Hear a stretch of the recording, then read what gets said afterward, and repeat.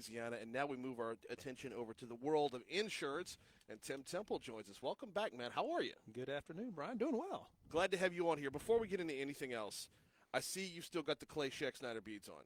I do. I was at an event earlier today. Where did Clay Scheck Snyder go to find beads that heavy?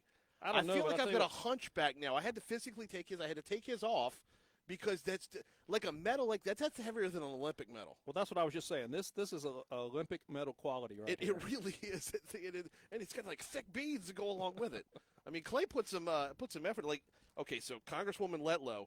This is about where it should be, right? That's about the right weight and size, and then you got the magnolia for the theme and all that. But he's brought it. He's raised the bar. Yeah, Clay's going to see everybody like limping out of here or hunched over, getting out of here in a couple days, and it won't be from the hangover. So, but anyway, I appreciate you stopping by. We got a lot of ground to cover. I want to talk a little bit about the upcoming session. The special session starts on Monday.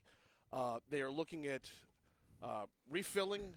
I guess that's the right word. Refilling the fund that would incentivize companies to come here and do business in the insurance world. First of all, what's your take on the idea? And secondly, how successful do you think it'll be? Well, Brian, am I allowed to say it sucks? Yes, you absolutely are. You know, and let me just clarify a little bit. I don't think it's refilling. It's reauthorizing. Because when this was last done and started in 2007, I believe the legislature appropriated $100 million toward the program, and it was, I think they handed out roughly, I believe it was $30 million of money to around 5 companies. So they didn't use all the money they had back then. And look, the program, I think, if you're honest, it was marginally successful. Okay. You know, you had $100 million to attract new companies. You were only able to find, about $30 million worth of companies to invest in or give away, because that's what you're doing. You're giving companies this money. And, I saw something yesterday that said 40% of those companies aren't doing business today. So where was the success in that? And I believe at least one of those companies was one of the companies that went insolvent. Yes. So that part I do know. It's a lot of this insurance world flies right past me, but that part I do know. Right. So to dust off the same program, scratch out 2007, write 2023, and do it again. Yeah. I mean, I watched the hearing that took place on Friday, and it was about 2.5 hours, where the legislators were asking, some really good questions, and I didn't hear anything convincing. And I believe we saw that in the quotes from the speaker and from the Senate president. They weren't convinced that this needed to be done, but yet the session's been called, and we're going to see what happens Monday. So calling the session versus not calling the session, that's where I will step in and say you absolutely call the session. Because if the session, if this topic gets lumped, if this issue that affects so many of us, if not all of us, gets lumped into a regular session, or I know it's a fiscal session, but if it gets lumped in with every other thing on the agenda, it's going to get lost in the weeds. So if you want to, bad idea, good idea, doesn't matter. If you want to give this its due attention, you've got to give next week. I would agree with that. So we're gonna go through the expense. The state is of holding special session. We're calling all the legislators back in from around the country, around the state. And, they're going to be there for, I guess, up to 5 days. Yep. And what do we get there? What are they going to be there to talk about? One bill. Pretty much. And it's really not even the bill. It's just authorizing the bill. So here we are having a special session talking about the crisis, and we can talk about the insurance crisis that we're facing, whether it's your homeowners or your auto, you've got commercial auto, you've got flood is an issue too. And we've got all these problems. We've got, cost through the roof, literally through the roof, and we're there calling a special session to talk about one item. Right. I mean, that's a travesty. That's what I'm saying. That sucks. We need to be talking about, let's put all the options on the table, because you're right. You do this during a fiscal session coming up, and I'm sure there are going to be legislators that bring some pretty good bills to talk about. Yeah. But the fear is those get lost in the weeds, too, on this. I mean, Florida just had a special session to address their insurance crisis. And, I don't know what the bill count was, but I think it was more than 10. Yeah. And they passed maybe half a dozen. Why are we messing around with just one? And it's because the person wanting the session just wanted that one item.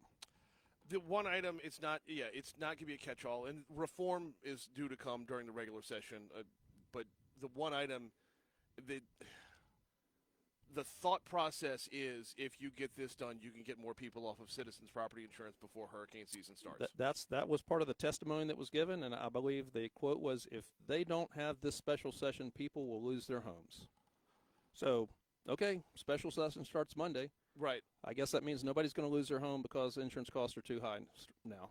So the hike in insurance costs that people have seen is not sustainable. I mean, not like that, not by any stretch.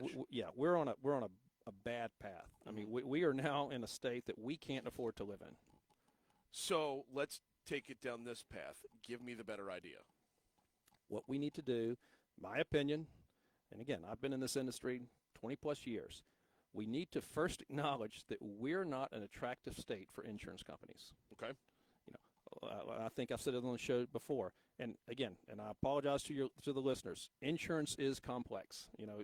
You take any item and you can go down a rabbit hole. So I'll try not to do that. Have at it. That's what we're here for. And I apologize if I do. But look, we're not an attractive state. We have to acknowledge that companies get to pick and choose where they want to do business, where they want to deploy their capital, where they want to put their money at risk. Mm-hmm. And we compete. If we're a Gulf Coast state, and we're talking, let's just stick specifically with homeowners, but this does apply to other lines of business. We compete with Texas, Mississippi, Alabama, and Florida. We've all got coastal exposure. We want companies to come and write in our state. There's a group out there called the R Street. It's a nonpartisan think tank. I know them. They're on the show regularly. They give us an F rating. They've been doing it for the last 12 years, and I know our grade off the top of my head. We're D minus, C, D, D, D, D, F, F, F, F. They didn't do the prior year because of COVID, and this year we got a D minus. Hey, we're getting better. There were years when we were the only state in America that had the F. So insurance companies want to go, and this rating is, this grade is applied, and it's our regulatory environment.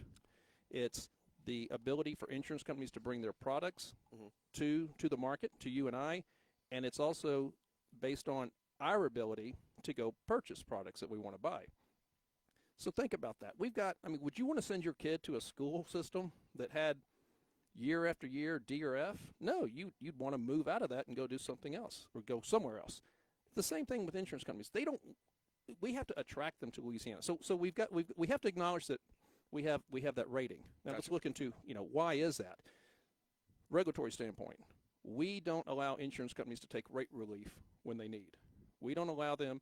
The law stipulates you can come to the Department of Insurance, you can request a rate increase or decrease whenever you feel it's actuarially justified. You have to show the numbers. You have to prove that you need an up or down. Well, how often do they seek a rate decrease? When they need it. Okay. When the rate justifies it, if they want to be more competitive, if they're losing market share, there's a lot of reasons to go into that. The current administration, the current department, only allows insurance companies to come to them once every 12 months if they want to take a rate increase. Okay. We want to attract new companies. We want you to come into the state of Louisiana, and we're going to tell you, if you get it wrong at the beginning, you can't change it for 12 months. It just clicked. It just clicked with me why that's important. It is important. You can't tell me, let's take any 12-month period. You can't tell me in January how many storms are going to hit or not hit in June through November. Right. Therefore, I would not, if I'm the insurer, I would not have the ability to shift on the fly to maintain my business. We're not letting the marketplace manage their book of business. Okay. It's being dictated to them by the department. It's called a desk rule. The department acknowledges that they have it. The law says you can come anytime you want. The testified, the testimony is there's a desk rule in place and you can only come once every 12 months. That's one.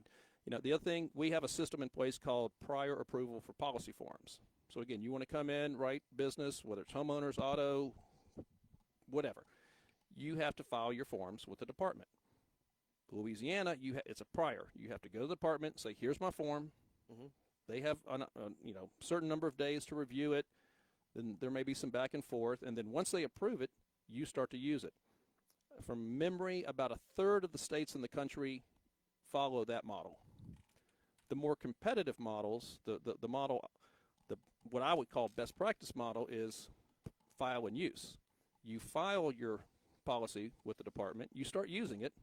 Now it's on the department's timeline to make sure that they get to it immediately, make sure it checks out, it meets all the rules and regs and laws, and then they'll come back and correct it if it needs to be corrected with the department, or, with the insurance company. That's a more attractive model for an insurance company standpoint. It's an ease of doing business, if you will. Okay. That we need to adopt. We need to change the laws to make that. To make that. I think looking at a wind pool in Louisiana is a good idea. A wind pool is effectively an entity that insures your property for wind. Okay. It's not on it's not with your homeowner's carrier. They'll cover your house for fire and all the other lines that your homeowner's policy covers. But when the hurricane blows, the wind pool pays for that loss. It's successful in other states. It's one that we don't want to talk about, and we say no. We don't want to get in that business. Would that just be a repurposing of Citizens to fixate on or concentrate on just that? No, Citizens serves a different role. Okay. A different model. Citizens is if you've got a property that is in a, it's the market of last resort. You can't find. Yeah, but if we depopulate Citizens, then rather than it going away, reinvent it as that. Well, what you would be doing there is shifting the risk. There wouldn't be as much exposure in Citizens if we had a wind pool. Yeah. And again, we could make it so that it's not. But again, it's complex, right? Yeah. So there's a lot of things. Those are examples. I think we need to look at we need to have some legal reform in Louisiana. Quite frankly, we have now gotten to the point where it seems expedient to engage in litigation than it is the claims process. So, didn't we go this route just a couple sessions ago with the tort reform, with the legal reform? There was legal reform done in 2019, and I know the bill that was finally passed was not as expansive as what was initially wished for. Mm-hmm. So some legal reform was passed. Again, did it go far enough? Did it not go far enough? The question is, I think the issue is we haven't had enough time to see the effects of that because COVID came, shut the court system down. I mean, so we don't really know. Yeah, and then what the final outcome on top of that, we had a ridiculous number of storms over a 2-year period, which throws all that out of kilter. Yeah, because the tort reform that was out there was, we were going to see more effects in car insurance than homeowners, if I'm not mistaken. And it was focused on auto insurance. Yeah, you're correct. So, you have a focus on auto insurance, and then homeowners insurance becomes the headline of the day for 2 years because you have a dozen storms or however So many. it's fallen off. Yeah. And as I said on your show last time, I mean, true legal reform is not something you bring up once every 4 years during an election cycle. It's something that we need to work on consistently every year. And again, we need to look at other states and pick up best practices. If North Carolina has very good competitive insurance rates, Mm-hmm. let's go see what they're doing, and replicate it. We don't need to lock ourselves in a dark room and try and come up with solutions all on our own. It's being done in practice every day in other states. I don't know if this says something about me and getting older or whatever, but we have no problem going to other cities and other states to learn what they do from an economic development standpoint, to learn what they do, how they manage infrastructure or grow their downtown or whatever.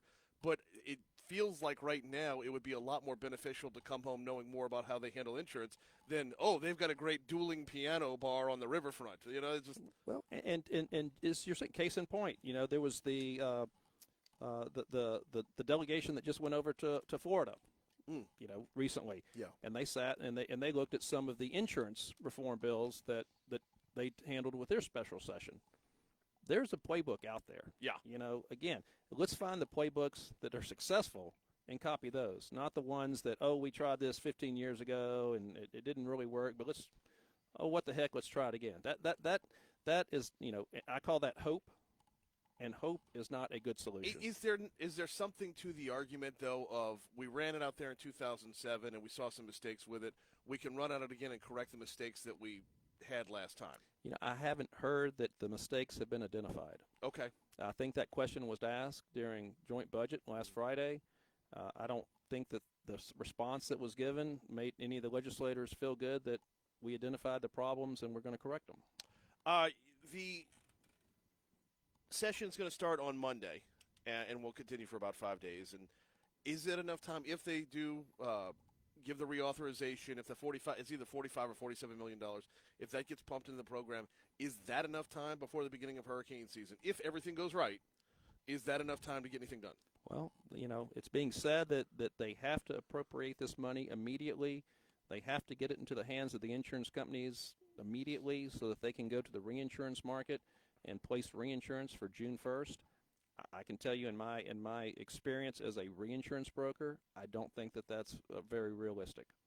I mean, you're asking reinsurers to reinsure a book of business that you don't know how big it's going to be, because we're trying to attract new companies, not existing books of business. So we're asking reinsurers to come in, provide reinsurance, writing into a storm. So if they start writing in June 1st, you could have a storm within 30 days. Yes. And it could be a big storm.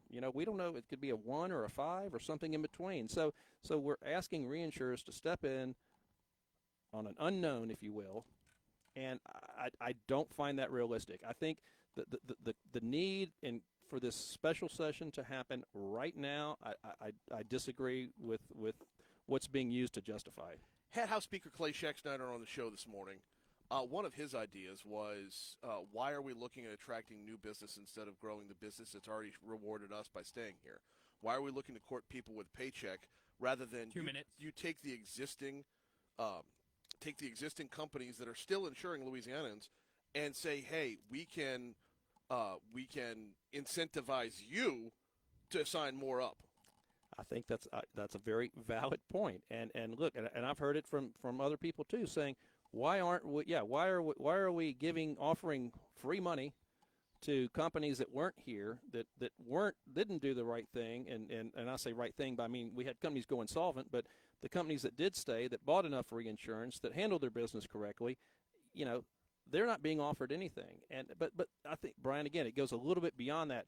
We're trying to incentivize companies to come and write in South Louisiana, highly exposed to hurricanes. And the bill that's going to come up next week, the language says you have to write 50% of your premium in one of the impacted parishes, and they're listed, the ones that we're having problems with.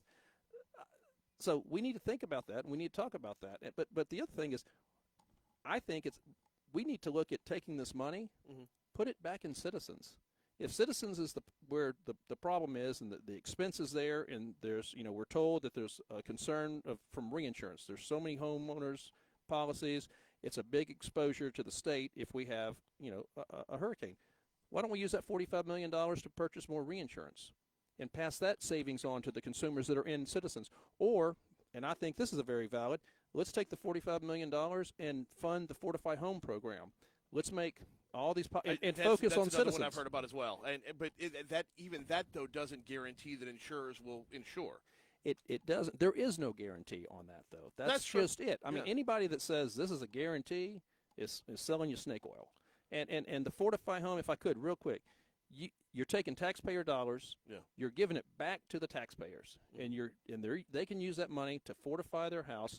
They now have a stronger, more resilient house. That's attractive to the insurers. They want to insure a home that has a fortified home versus not. And will it take time to ramp up?